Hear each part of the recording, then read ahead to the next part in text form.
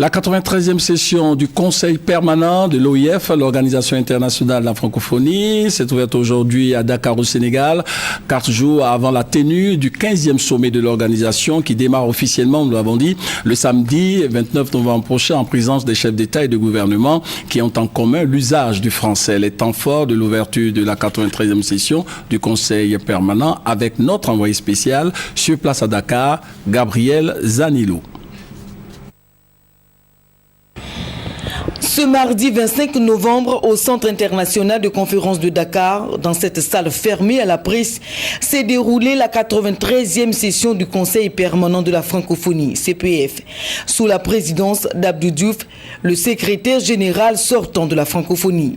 À l'ouverture des travaux, il a fait le bilan de ses 4 mandats consécutifs à la tête de l'organisation depuis son élection en 2002. Un bilan unanimement salué car jugé positif par tous les représentants spéciaux des chefs d'État des pays membres de l'organisation. Mais ces assises préparent et facilitent les travaux des chefs d'État et de gouvernement. La réunion du Conseil permanent fait suite à une série de rencontres préparatoires où ont été abordés des sujets importants et plus récents comme la transition au Burkina Faso et un peu plus loin, la résolution de la crise malienne.